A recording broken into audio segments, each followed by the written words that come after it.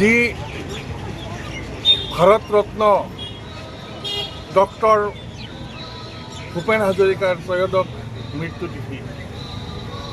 এই দিনটো বিজনী শাখা সাহিত্য সভাই আজি পালন কৰিছে। প্ৰতি বছৰে তেওঁলোকে পালন কৰে, এইবাৰো পালন কৰিছে।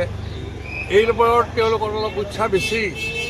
জ্যোতিপ্ৰসাদৰ সেই কথা, যি সপোন আছিল, কামৰূপীয়া বৰ শুৱনি সুৰীয়া, অসমীয়া ভাষা জগত সভালে যাব, উজ্জ্বল সমুজ্জ্বল পিন্ধি হাঁহি মণিকূট হ'ব। এই উৎসাহত আৰু বিশ্বত মানৱতাৰ গীত গাই যোৱা ডক্টৰ ভূপেন হাজৰিকা, যিয়ে বিশ্বক মানৱতাবাদৰ কথা কৈ গ'ল, তেওঁৰ ত্ৰয়োদশ মৃত্যু তিথিত বিজনী শাখা সাহিত্য সভা ইয়াত উদযাপন কৰিছে।